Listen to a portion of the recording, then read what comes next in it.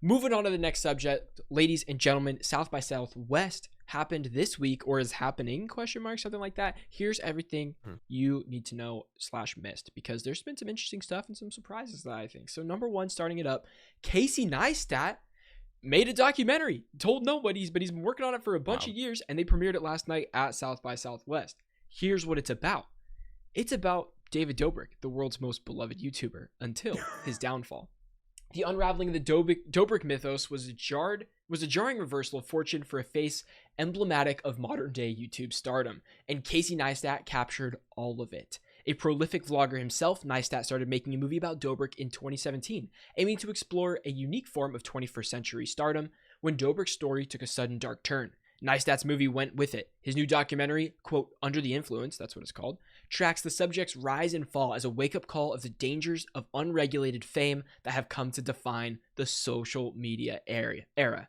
The completed movie, which premieres at South by Southwest this week while seeking distribution, fits the tech-oriented festival like a glove. The community that once embraced online fame as pure opportunity now recognizes the danger inherent to that phenomenon. Very, very fascinating to me, because they were friends at one point, and this could potentially paint David in a very bad light, right?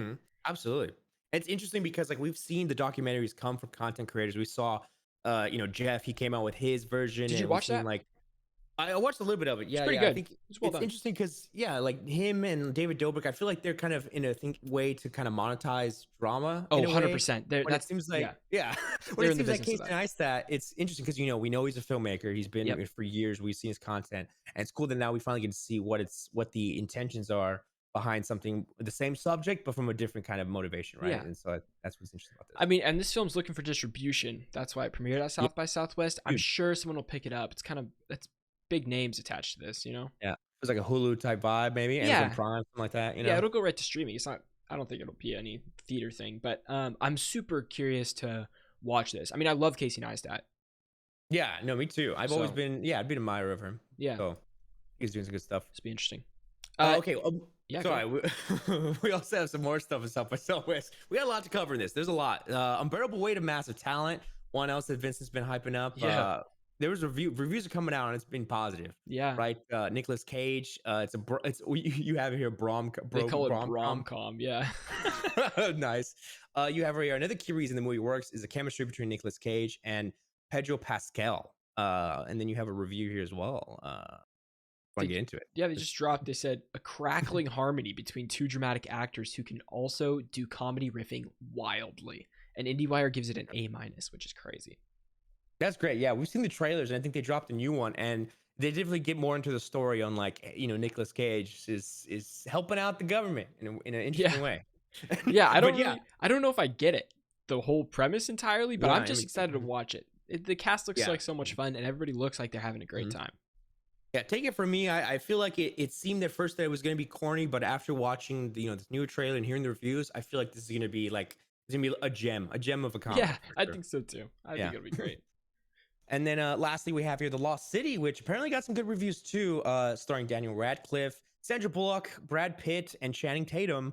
After earning big laughs and applause throughout the 2-hour runtime, Sandra Bullock, who also produced the project, was overcome to screen the film in public. She says, it was the first time seeing it with an audience in post-production. Everything was Zoom and everything was virtual and in little cubes, and you just had to pray. But seeing it in a theater is a reminder of why we love the theater.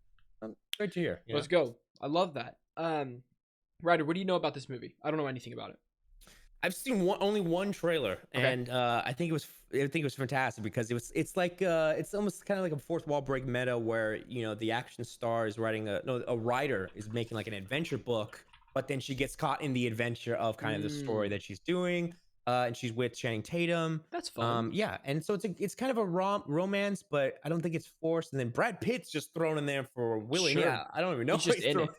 Yeah, and it's a comment. And then I guess Daniel Radcliffe is like the billionaire bad guy. And this comes out on the 23rd, so next week. Oh, soon, yeah. Yeah, I'm actually excited to see this. That'll be fun. That'll be a fun. Yeah, it's fun for sure. Love it. But yeah, anything else from South by Southwest you want to talk about? There's a lot. I mean, we got another Everything Everywhere what is it called? Everything Everywhere at Once. All at once, yeah. You got Everything it, yeah. Everywhere all at once. Got screened also to like really good reception there. I'm so excited to see that. That also comes out at the end of March. What else? Is there anything else? I was like, I think those I'm are the sure big we'll be ones. hearing more. Yeah, Yeah. different Netflix trailers and posters are dropping, but Yeah, you know, yeah. we'll keep up with it. I mean, I'm sure we'll see a lot of ones that are like very under the radar get picked up by a big studio, and then we'll hear more about it too. So Yeah, that's kind of how these things work. But yeah, I'm excited. I'll be staying tuned to all the South by Southwest news. If you want to know more about that, you can check out Strictly Casual. You can subscribe to our YouTube channel, check out the full podcast on there, or check it out on audio platforms. We appreciate you guys, and we'll see you on the next one.